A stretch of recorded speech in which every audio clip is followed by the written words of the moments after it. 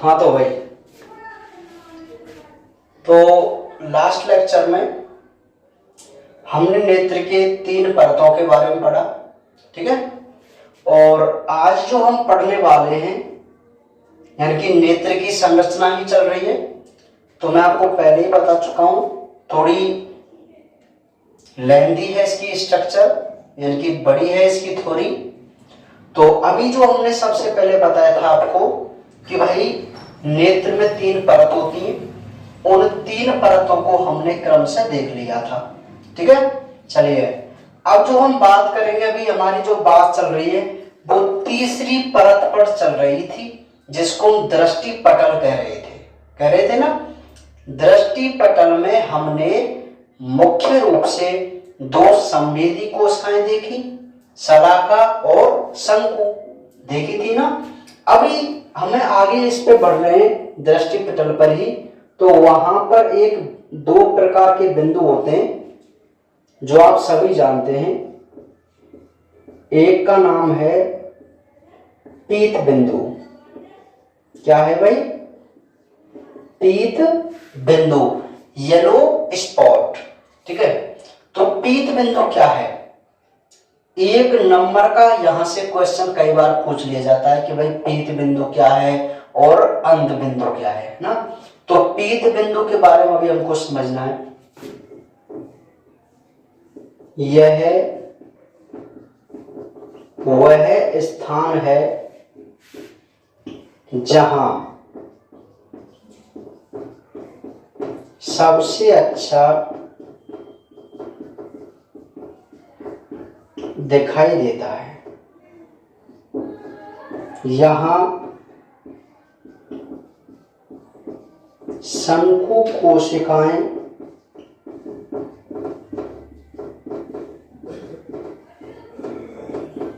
सर्वाधिक होती हैं और पूरी रेटिना में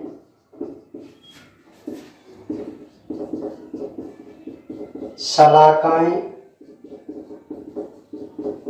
अधिक होती हैं।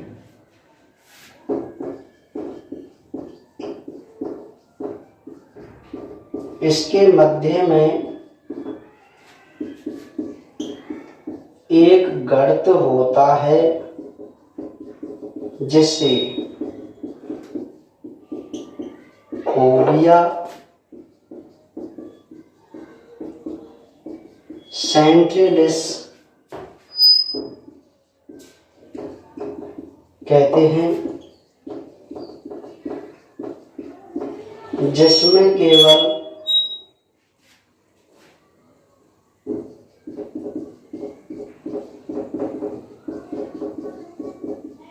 शंकु कोशिकाएं होती हैं। देखो एक बार आप दोबारा से इस पॉइंट को समझने की कोशिश कीजिए। मान लीजिए क्वेश्चन आ जाता है कि भाई नेत्र की संरचना को समझाइए। हालांकि आपसे कभी भी इस पूरे क्वेश्चन को वो नहीं पूछेगा कि पूरी संरचना को समझाइए। वो आपसे केवल टुकड़ों में पूछ सकता है। टुकड़ों में जैसे नेत्र का नामांकित चित्र बनाइए तथा इसकी श्वेत पटल का वर्णन कीजिए। समझ में आ गई बात? तो आपसे जो मुख्य रूप से वो क्वेश्चन पूछ सकता है वह दृष्टि पटल से पूछ सकता है कि भाई मानव नेत्र का नामांकित चित्र बनाओ तथा दृष्टि पटल का वर्णन कीजिए। केवल दृष्टि पटल। तो दृष्टि पटल में कुछ पॉइंट तो जो हमने लास्ट लेक्चर में आपको बताए थे, 2-3 पॉइंट लिखे थे, उसी को आगे बढ़ाते हुए हमें यहां पर लिखना है पीत बिंदु, क्योंकि ये जो पीत बिंदु है वह दृष्टि पटल का ही एक भाग है, ठीक है। तो आपसे मैं ये कहूं कि अभी जो हम ये बात चल रही है वह हमारी दृष्टि पटल के बारे में बात चल रही है, ठीक है। और आपको उसको इसी प्रकार से याद करना है, क्योंकि पूरी थ्योरी आपसे कभी भी नहीं पूछी जाएगी एक साथ कि आप पूरी नेत्र की संरचना को समझाओ। हमेशा ही टुकड़ों में आपसे क्वेश्चन पूछा जाएगा। तो आप दृष्टि पटल पर बहुत मुख्य रूप से फोकस करना। दृष्टि पटल में मैंने लास्ट लेक्चर में आपको 3-4 पॉइंट बताए थे, है ना, बताए थे ना कि यहाँ पर शलाकाएं शंकु कोशिका होती हैं। अब आपको पता चल गया ना शलाका और शंकु कोशिका क्या होती है। भाई हमारी जो दृष्टि पटल होती है यही ऐसी परत है जहां पर प्रतिबिंब बनता है, ठीक है। तो देखने में मदद यही परत करती है।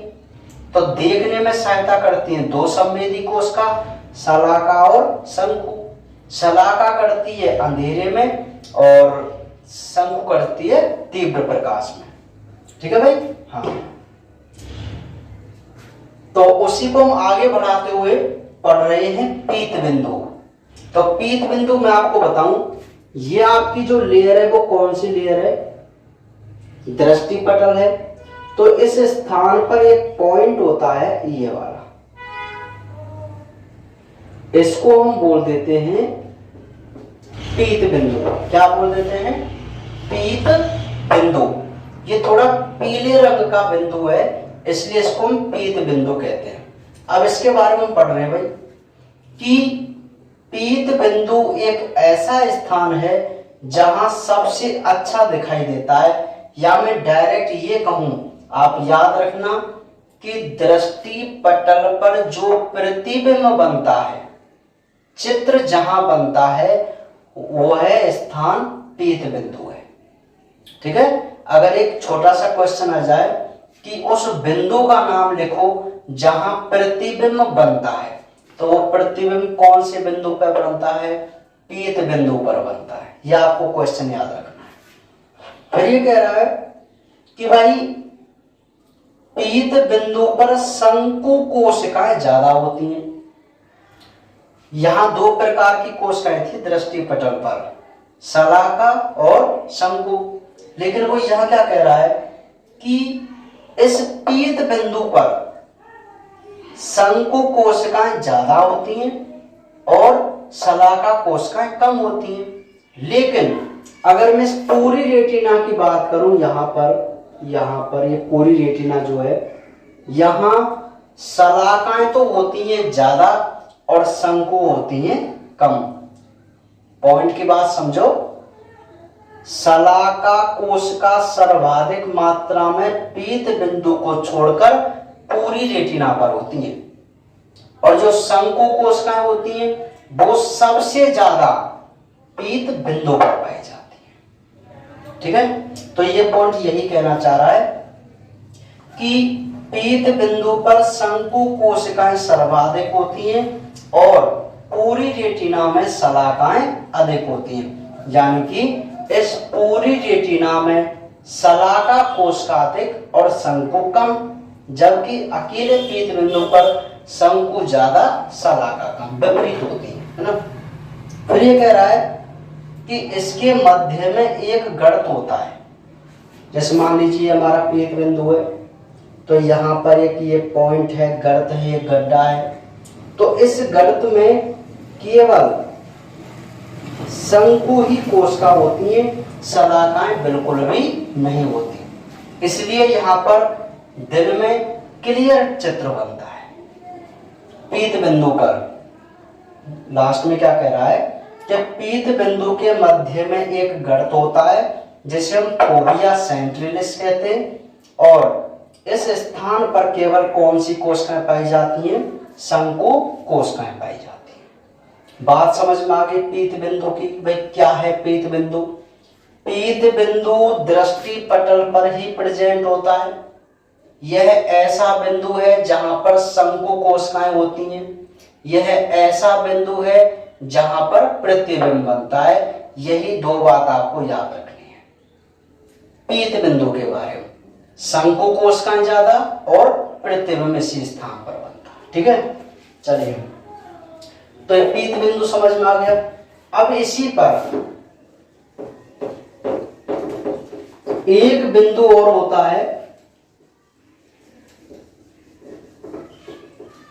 जिसको हम कहते हैं अंध बिंदु।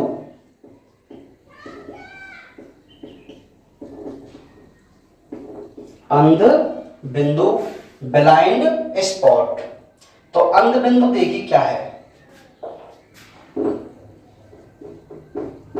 यह वह स्थान है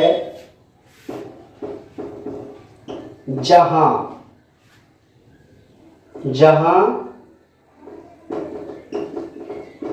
रेटिना की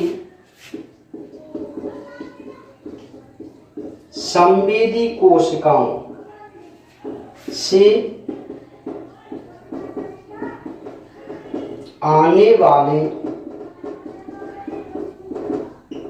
तंत्रिका तंतु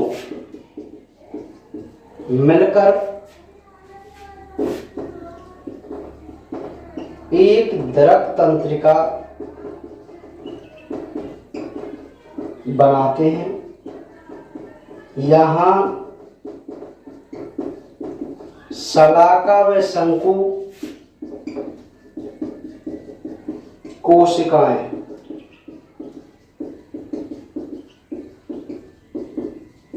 अनुपस्थित होती हैं, अतः यहाँ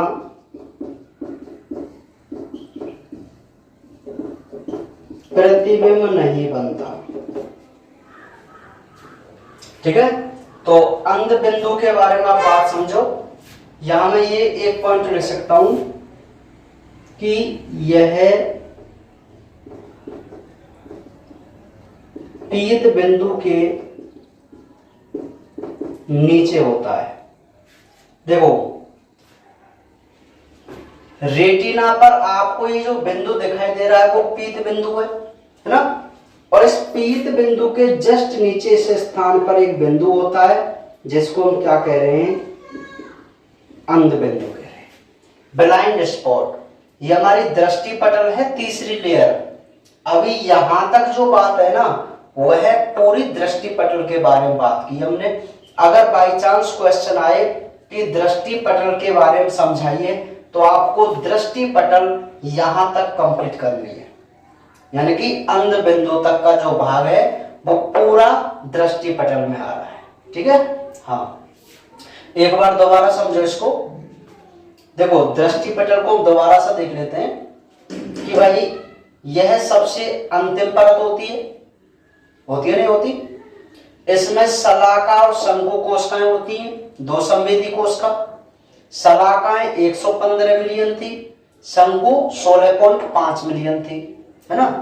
शलाका जो कोशिका होती है उनमें रोडोप्सिन था जो विटामिन ए से बनता था, और ये किसमें, अंधेरे में देखने में मदद करता है। और उल्लू के रेटिना में केवल कौन सी कोशिका है, शलाका। इसी प्रकार शंकु कोशिका जो होती हैं उनमें आयोडोप्सिन वर्णक था जो तीव्र प्रकाश में देखने में मदद करता था। और ऐसा रेटिना मुर्गी में पाया जाता है, कैसा, जिसमें केवल शंकु ही कोशिका हो, है ना। फिर हमने बात की थी पीत बिंदु के बारे में कि भाई ये ऐसा बिंदु है जहां पर शलाका कम शंकु ज्यादा, अर्थात यहाँ पर प्रतिबिंब बनता है, अभी पढ़ा था। और इसके बीच में एक गर्त होता है जिसको फोविया सेंट्रलिस कहते हैं, जिसमें केवल शंकु कोशिकाएं थी। और अब हम पढ़ रहे हैं लास्ट अंध बिंदु। तो अंध बिंदु क्या है भाई, कि यह पीत बिंदु के नीचे होता है। बताओ पीत बिंदु के नीचे है कि नहीं? यह ऐसा स्थान है, अब इस बात को जरा ध्यान समझो भाई, ये जो पूरी रेटिना है यहां संवेदी कोशिकाएं होंगी, तो संवेदी कोशिकाओं से जो तंत्री कोशिका चलकर आती हैं वो पूरी तंत्री कोशिका इस स्थान पर आकर जुड़ती हैं। बात समझना, अंध बिंदु एक ऐसा स्थान है जहां पूरी नेत्र की जो संवेदी कोशिकाएं हैं वो आपस में आकर इस जगह पर मिलती हैं और एक मुख्य तंत्री कोशिका बनाती है, जिस मुख्य तंत्री कोशिका को हम कहते हैं, मैं यहां नीचे लिख देता हूं, देखो ये अंध बिंदु है, इस अंध बिंदु पर पूरी तंत्री कोशिका आकर मिल रही है और मिलकर एक ये वाली तंत्री कोशिका बन रही है जिसका नाम है दृक तंत्रिका, ऑप्टिक नर्व। मैं आपको पहले भी बता चुका हूं ऑप्टिक नर्व के बारे में। तो ये जो ऑप्टिक नर्व बन रही है दृक तंत्रिका, यह ऐसी तंत्रिका है जो प्रतिबिंब की सूचना को नेत्र से यहां दृष्टि पटल से लेकर मस्तिष्क को ले जाती है। भाई मस्तिष्क के पास सूचना पहुंचाएगी नहीं पहुंचाएगी कोई तंत्रिका कोशिका, तभी तो हमको पता लगता है कि हम क्या देख रहे हैं, है ना। तो ये जो दृक तंत्रिका है वही ऐसी तंत्रिका है हमारे नेत्र में जो देखने की सूचना को लेकर मस्तिष्क तक पहुंचती है। तो एक दृक तंत्रिका कैसे कब बन रही है भाई? अंध बिंदु पर बनती है। क्या है अंध बिंदु? पीत बिंदु के नीचे का स्थान है जहां पर ना तो शलाका कोशिका और न ही शंकु कोशिका। अब यहां से एक नंबर का क्वेश्चन बोर्ड एग्जाम में बन चुका है कि उस स्थान का नाम बताओ रेटिना में जहां शलाका और शंकु कोशिकाएं दोनों ही अनुपस्थित होती हैं। और बहुत सिंपल सी बात है, अंध बिंदु है। अंध बिंदु भाई नाम से पता चल रहा है, अंधा मतलब इसको दिखाई नहीं देगा, यानी कि यहां कोई भी प्रतिबिंब नहीं बनेगा। बात समझ में आ गई? प्रतिबिंब कौन से बिंदु पर बनता है? पीत बिंदु पर बनता है।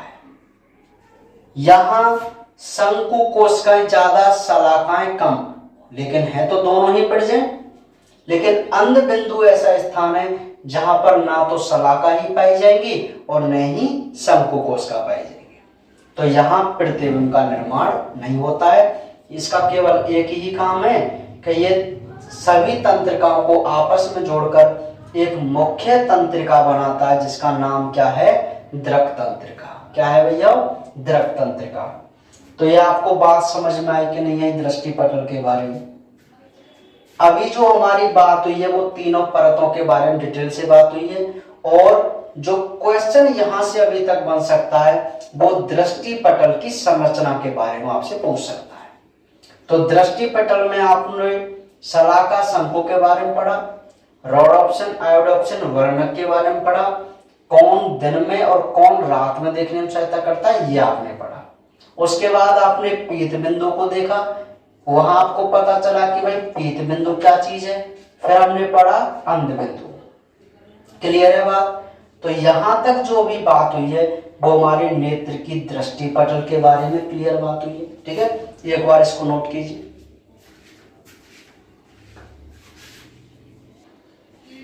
ठीक है भाई, तो बात समझ में आ गई अंध बिंदु के बारे में। चलिए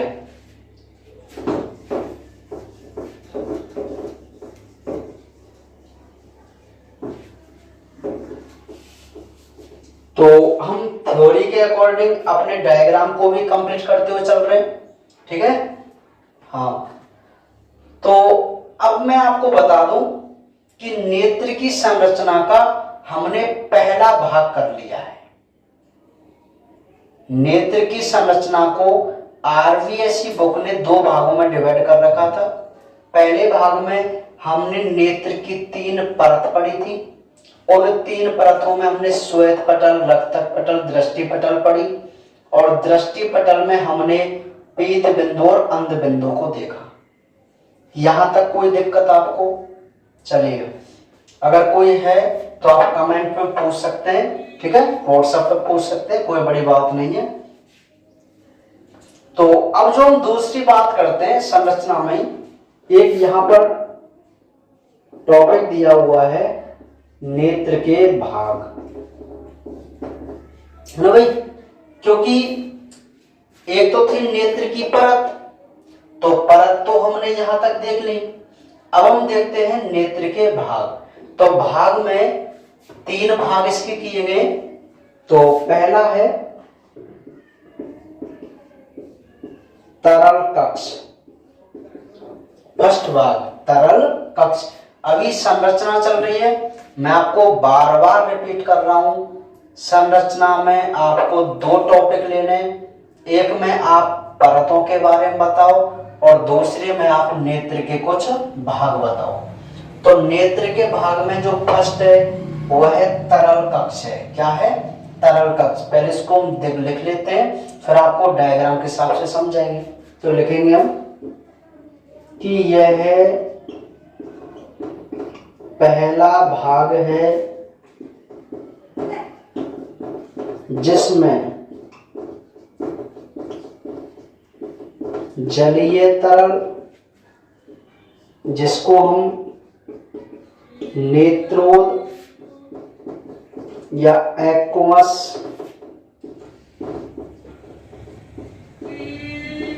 ह्यूमर, जिसमें जलीय तरल भरा होता है, पिछले भाग में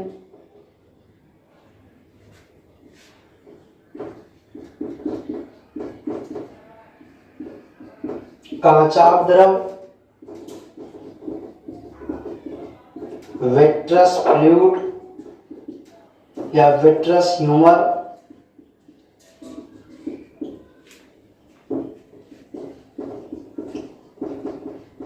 भरा होता है, एक्वस ह्यूमर लेंस को नम बनाए रखता है, वह उसकी सुरक्षा करता है।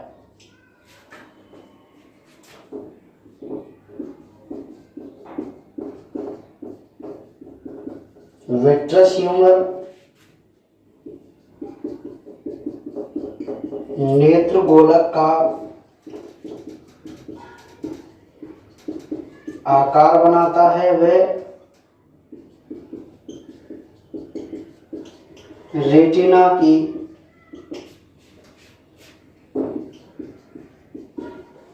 सुरक्षा करता है। ठीक है, देखो तीन परतों के बारे में आप भली भांति समझा सकते हैं आराम से। फिर आप हेडिंग लगाएंगे नेत्र के भाग। हालांकि मैं आपको पहले ही बता चुका हूं, कभी भी आपसे पूरा क्वेश्चन नहीं पूछा जाएगा। ठीक है, आपसे एक टॉपिक कोई सा भी पूछा जा सकता है। जैसे वो आपसे ये कहे भाई चलो तरल कक्ष के बारे में समझाइए, तो केवल यही आपको लिखना है। भाई याद तो पूरा करना है, लेकिन ऐसा नहीं है कि पूरे को आपसे वो एक साथ पूछे। टुकड़ों में क्वेश्चन आते हैं, मैं आपको ये कई बार बात बता चुका हूं। तो ये तरल कक्ष। अब तरल कक्ष देखो डायग्राम के हिसाब से मैं आपको इसको समझाऊंगा कि भाई यह पहला भाग है जिसमें जलीय तरल। अब मैं आपको बता दूं, देखो यहां पर ये जो भाग है, इस स्थान पर ये तरल भरा हुआ है, अग्रभाग में भरा हुआ है। इस भाग को हम नेत्रोद कहते हैं। क्या कहते हैं? नेत्रोद। इंग्लिश में क्या बोलते हैं इसको? Aqueous humour. भाई हेडिंग क्या है? तरल कक्ष। यानी कि हम उन भागों को देखेंगे जहां पर कोई फ्लूइड भरा हुआ है। तो एक तो आगे की तरफ जो फ्लूइड है उसे तो हम नेत्रोद कह रहे हैं, और जो पिछले भाग में फ्लूइड है, पिछला भाग कौन सा? देखो ये वाला, यहां जो ये फ्लूइड भरा हुआ है इसको हम बोलते हैं कांचाव द्रव। क्या बोलते हैं भाई? कांचाव द्रव। डायग्राम के अकॉर्डिंग आपको समझ में आ गया दोनों जलीय तरल कहां कहां भरे होते हैं, है ना। तरल कक्ष के बारे में बात कर रहा है तो आप बोलेंगे कि यह पहला भाग है जिसमें जलीय तरल, जिसको हम नेत्रोद या एक्वस ह्यूमर कहते हैं, भरा होता है, और पिछले भाग में कांचाव द्रव भरा होता है। या मैं आपसे ये कहूं, सबसे पहले तो आप ये बताओ कि अग्र भाग में नेत्रोद और पिछले भाग में कांचाव द्रव भरा होता है। अब जब ये दोनों हैं तो इनका कोई ना कोई रोल होगा, फंक्शन होगा। तो आप एक पॉइंट में इनके फंक्शन बताएंगे कि जो एक्वस ह्यूमर है, नेत्रोद है, वो तो लेंस को नम बनाए रखता है। अब आपको पता है लेंस इस स्थान पर है आपका, यहां पर देखो ये वाला,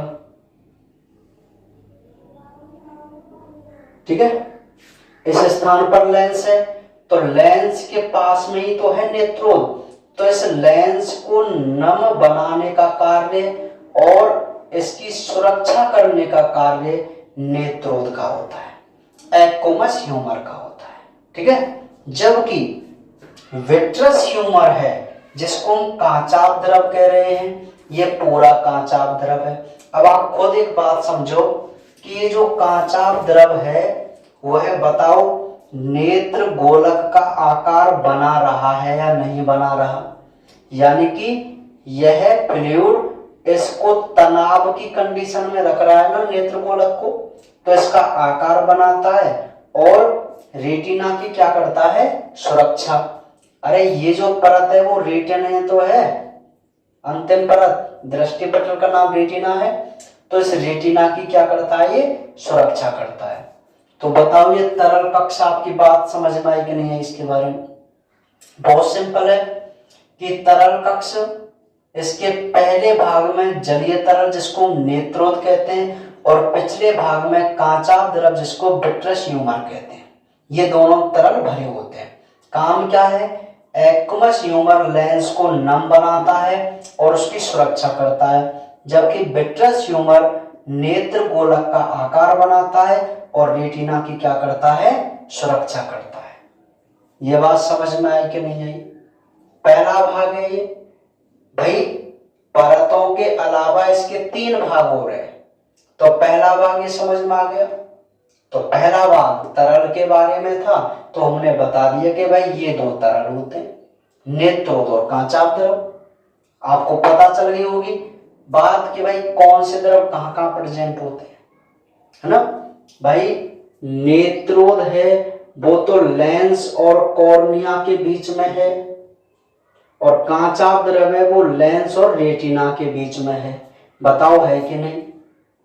तो आप इसको आराम से समझ सकते हैं। चलिए नेक्स्ट आगे बढ़े। तो पहला भाग तो हो गया क्या, तरल कक्ष।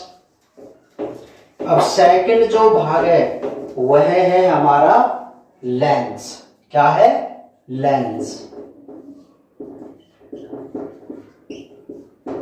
लेंस, क्योंकि अब जो हम बात करेंगे वो इसके बारे में बात करेंगे, लेंस के बारे में। तो हम बोलेंगे यह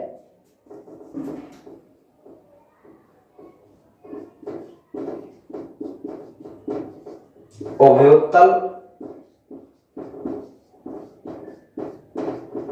आकृति का होता है, यह निलंबन स्नायु द्वारा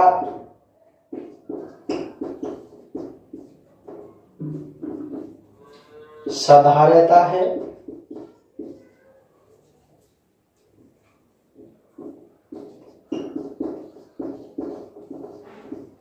निलंबन स्नायु के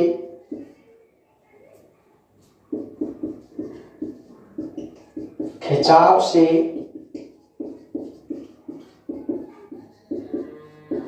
इसकी आकृति में परिवर्तन होता है। ठीक है। और एक पॉइंट हम लिख सकते हैं, यह है परितारका के पीछे स्थित होता है।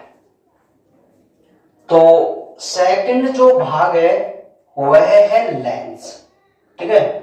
तो लेंस को जब हमको समझना है तो आप एक बात समझना, ये जो मैंने रक्तक पटल बनाई थी ना, रक्तक पटल, आपको मैं अब इस बात को बता रहा हूं। देखो ये जो रक्तक पटल है इस प्रकार आ रही थी, है ना। तो ये रक्तक पटल क्या करती है, आगे चलकर कुछ लिगामेंट से जुड़ती है ऐसे। ये जो रक्तक पटल है वह आगे चलकर कुछ इस प्रकार की संरचना बनाती है जो मैंने यहां पर आपको पहले बना के बताई थी। तो देखो ये वाली जो संरचना है उसको तो हम बोलते हैं पक्षमावी पेशी, और ये जो है यहां पर इस प्रकार की संरचना यो मान लो आप, मैंने वहां पर कॉमन कर दिया है ना। एक मैं बात बताऊं तो आपको इस प्रकार की संरचना हो जाती है ऐसे, ये स्नायु है तो इनको हम नाम दे देते हैं निलंबन स्नायु। और ये जो आपको आगे संरचना दिखाई दे रही है इसको हम बोलते हैं परितारका। देखो यहां मैं नाम लिखूं, ये जो है यह है परितारका, ये वाला, और इसको हम बोलते हैं इनको स्नायु। ठीक है, जब मैं एक बड़ा डायग्राम बनाऊंगा अभी इसको समझाने के बाद, फिर उसमें आपको पूरी संरचना क्लियर करूंगा, है ना। एक बार अभी आप इससे समझ लीजिए। तो लेंस जो होता है वह परितारका के पीछे स्थित होता है। देखो ये वाली जो संरचना है आपको आगे की तरफ दो पर्दे दिखाई दे रहे हैं, यहां तक और यहां तक, इन दोनों को परितारका बोलते हैं। बहुत ही मुख्य संरचना है परितारका। ठीक है, अभी मैं आपको समझाऊंगा कि ये परितारका क्या होती है। बात समझ में आ रही है? हाँ, चलिए तो इससे पहले हम देख लेते हैं कि भाई एक सिंपल सा पॉइंट हो गया कि परितारका के पीछे स्थित होता है लेंस, और इसकी जो आकृति होती है वो उभयोत्तल होती है। अब आप फिजिक्स पढ़ते हैं जानते हैं भाई उभयोत्तल क्या होता है ना। उत्तल लेंस जैसी दोनों तरफ उत्तल आकृति होती है उसको उभयोत्तल बोलते हैं ना, है भाई। तो उभयोत्तल आकृति का ये लेंस होता है, और लेंस जो है वो निलंबन स्नायु द्वारा सधा रहता है या अपनी स्थिति बनाकर रखता है। किसके द्वारा? निलंबन स्नायु। अब निलंबन स्नायु मैंने आपको बता दिया है। देखो ये तो पक्षमावी पेशी है, और यहां पर जो ये कुछ लिगामेंट निकलते हैं ऐसे, दोनों तरफ मैं ऐसे निकाल दूं ऐसे, तो इनको हम बोल देते हैं निलंबन स्नायु। और इन दोनों के बीच में ऐसे क्या प्रेजेंट रहता है? हमारा लेंस प्रेजेंट रहता है। तो आप ये नहीं कह सकते क्या कि निलंबन स्नायु की वजह से लेंस अपनी आकृति बनाए रखता है या अपनी स्थिति बनाए रखता है। कहां होता है लेंस? परितारका के पीछे होता है। कैसा है? उभयोत्तल आकृति का होता है। ठीक है, किसके द्वारा सधा रहता है? निलंबन स्नायु द्वारा सधा रहता है। अगर देखिए निलंबन स्नायु में खिंचाव हो तो बताओ लेंस की आकृति चेंज होगी क्या नहीं होगी? निलंबन स्नायु में शिथिलन हो तो लेंस की पोजीशन या आकृति चेंज होगी क्या नहीं होगी? तो हम यहाँ सिंपल सा पॉइंट ये कह सकते हैं कि निलंबन स्नायु के खिंचाव से इसकी आकृति में क्या होता है? परिवर्तन होता है। तो ये बात हमको किसके बारे में पढ़नी है? लेंस के बारे में पढ़नी है। बहुत छोटी सी बात है, ज्यादा कोई खास बात नहीं है क्वेश्चन आने की। ठीक है, हाँ। तो सेकंड भाग आपको समझ में आ गया लेंस। चलिए अब हम थर्ड भाग के बारे में बात करते हैं, जो कि हमारा लास्ट भाग है इसका, और वह थर्ड भाग है परितारका। क्या है? परितारका, जिसको हम आइरिस बोलते हैं। बहुत ही मुख्य संरचना है आइरिस। ठीक है, तो देखिए भाई आइरिस क्या है? लेंस के आगे एक पर्दा होता है जिसे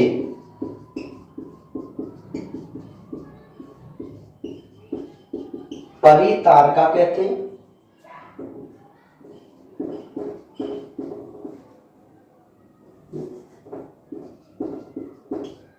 इसी के कारण आंख का रंग होता है परितारका का कारण। ये नीली, भूरी, काली आदि प्रकार की हो सकती है। इसकी वर्तुल पेशी पुतली को सकरा करती हैं, जबकि अरीय पेशी पुतली को फैलाती है। बहुत ही मुख्य पॉइंट है आइरिस के बारे में, एक बार आप इसको समझने की कोशिश कीजिए। देखो, लेंस के आगे जो आपको ये पर्दा दिखाई दे रहा है, यहां पर ये वाला है कि नहीं, इस पर्दे को हम क्या कह रहे हैं? आइरिस बोल रहे हैं। और आइरिस क्या है? हमारी जो आंख का रंग है वो आइरिस ही बनाती है। मैंने आपको याद हो तो रंगा पटल जब पढ़ाई थी, रक्तक पटल, तब मैंने आपसे कहा था कि भाई ये आंख का रंग बनाती है। भाई उसमें होती है कणिकाएं, रंगा कण, है ना। लेकिन वो रंगा कण जहां रक्तक पटल में थी वो हमारी परितारका में आते हैं रंगाकण।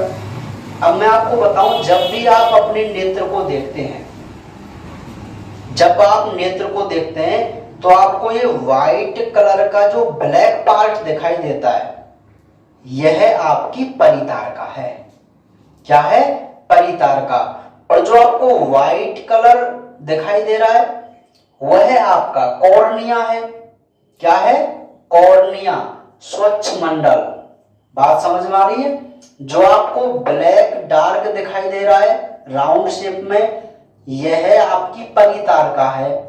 और परितारका के बीचों बीच में आपको एक छोटा सा लेंस दिखाई देता है, वह लेंस नहीं है।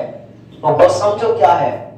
देखो, ये तो तुम्हारी आइरिस हो गई परितारका जो आपकी ब्लैक कलर की है। इसके बीच में एक छिद्र होता है। छिद्र का मतलब मैं आपसे ये कह सकता हूं, एक छोटी सी लेंस सा आपको दिखाई देता है। इसको हम बोल देते हैं पुतली। क्या बोलते हैं? पुतली, यानी कि तारा, आंख का तारा होना। समझाओ, मुहावरा सुना होगा, आंख का तारा। तो वो आंख का तारा ये पुतली होती है, प्यूपल जिसको कहते हैं। क्या है पुतली? परितारका के बीचों बीच एक छिद्र होता है जिसको हम पुतली कहते हैं। ठीक है, बहुत ही मुख्य संरचना है पुतली। अब एक बात मुझे बताओ, परितारका ने और पुतली ने आपके लेंस को आगे से कवर कर रखा है या नहीं कर रखा? कर रखा है ना। तो जो प्रकाश की किरण आएगी वो कहां से होकर आएगी? पुतली से होकर आएगी। कहां से होकर आएगी? पुतली से होकर आएगी। अब बताओ, कहीं से और कहीं से आ सकती है क्या प्रकाश किरण? नहीं आएगी ना। सबसे पहले कॉर्निया पर पड़ेगी, कॉर्निया से पुतली पर, और पुतली यहां लेंस पर। अभी आगे हम क्रियाविधि पढ़ेंगे तब इसको और समझेंगे। पॉइंट की बात समझना, इस पर इस कंफ्यूजन को आपको खत्म करना है। नेत्र वाले को दोबारा समझो कि लेंस के आगे एक पर्दा है जिसे हम आइरिस कहते हैं। इस आइरिस के कारण ही हमारी आंख का क्या होता है? रंग होता है। किसी की आइरिस नीले कलर की, नीली आंखों वाले, काली आंखों वाले, कंजी भूरी आंखों वाले, तो वो क्या है भैया? उसकी परितारका है ना। तो उसी के कारण उसकी आंखों का रंग हो जाता है।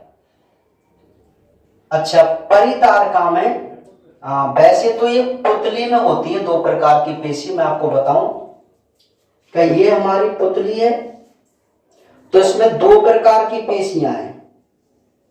एक तो ये पेशियां हैं वर्तुल, और एक ये वाली, अरे ये इस प्रकार की पेशी है ना।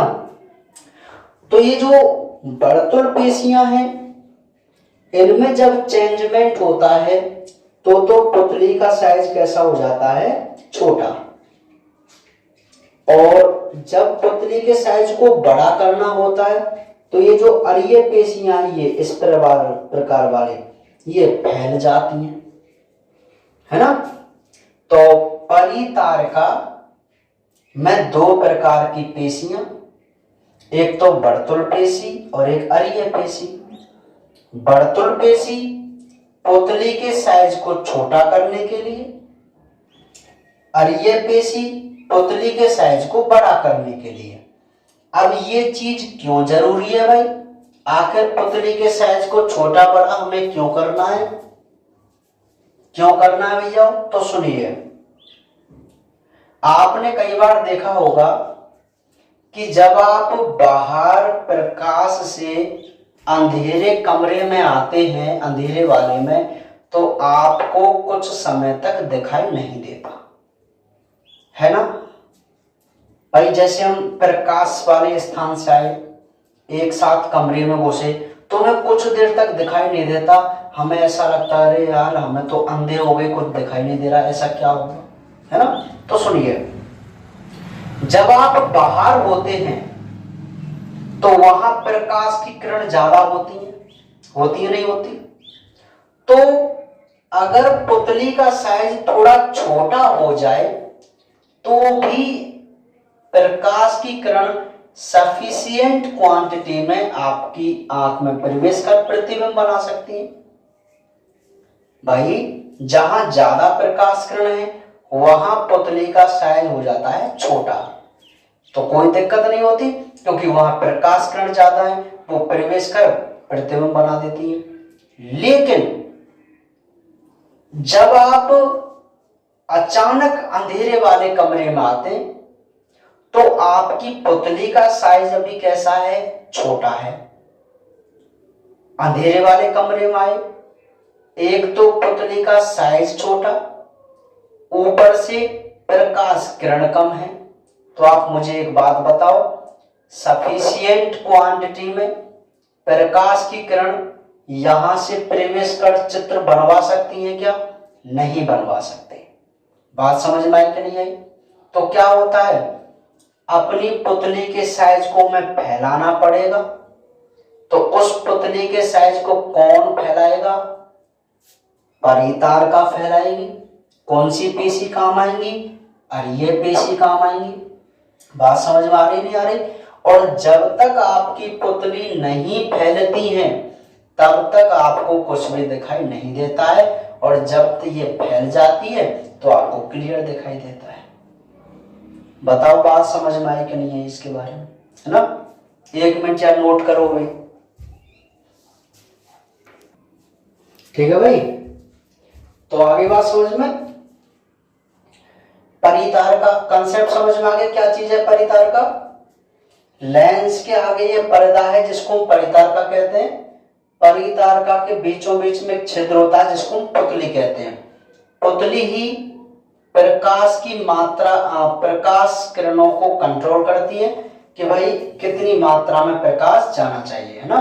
और पुतली के साइज को भी कंट्रोल कौन कर रहा है? आइरिस कर रही है, परितारका कर रही है, ठीक है। तो ये जो हमारी बात है वो कंप्लीट है नेत्र की संरचना। बात समझ में आई कि नहीं आई? तो यहां तक आप बताओ नेत्र की संरचना के बारे में समझे कि नहीं समझे ना। एक बार मैं इसको हटाकर एक क्लियर डायग्राम बना के इसको रिवाइज आपको करा देता हूं मैं। देखिए फटाफट हम समझ लेते हैं इसको।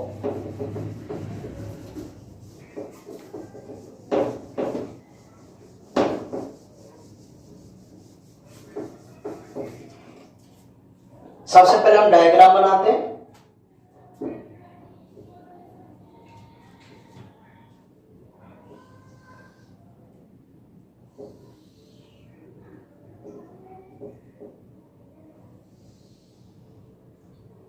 तो ये आप सभी जानते हैं ये क्या है?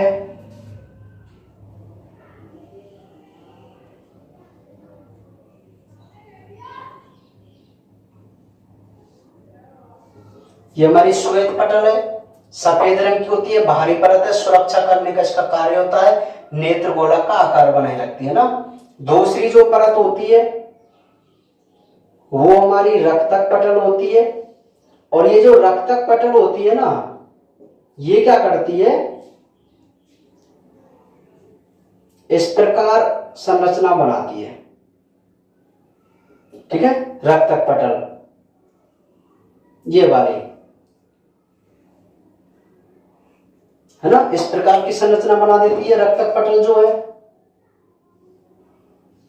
आप आराम से बना सकते हैं वी शेप, है ना। ये वाली ये हमारी रक्तक पटल थी जिसमें रक्त कणिकाएं और रंगा कणिकाएं होती हैं। तीसरी जो हमारी परत थी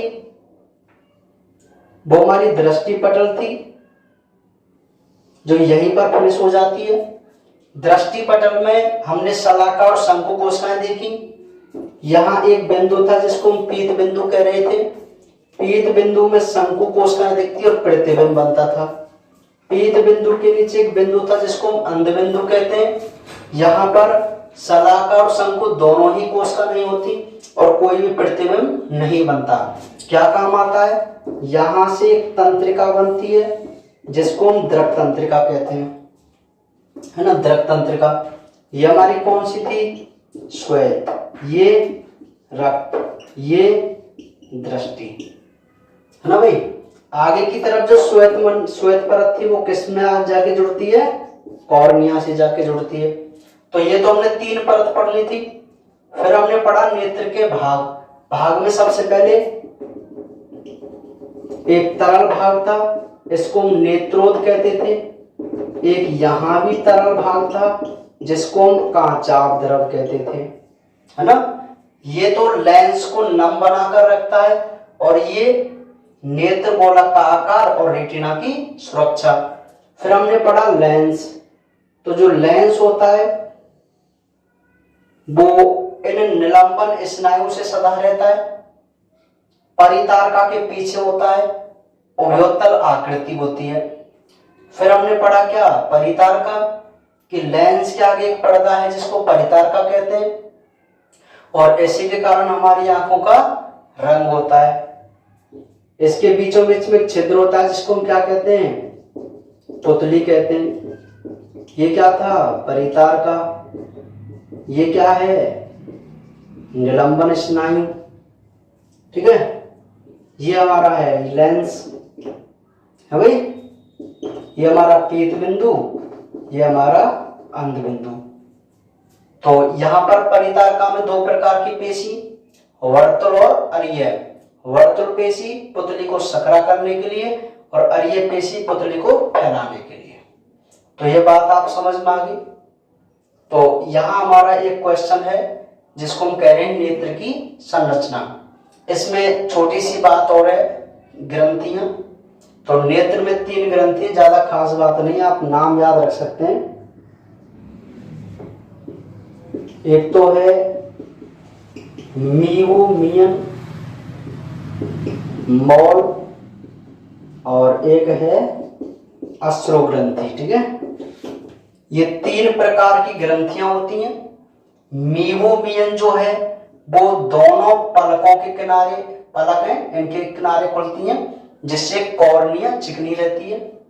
मॉल की जो ग्रंथि है वह हमारे बालों के नीचे, ये जो बाल हैं इनको बरौनिया कहते हैं, बरौनिया। तो यहां पर जाकर खुलती हैं।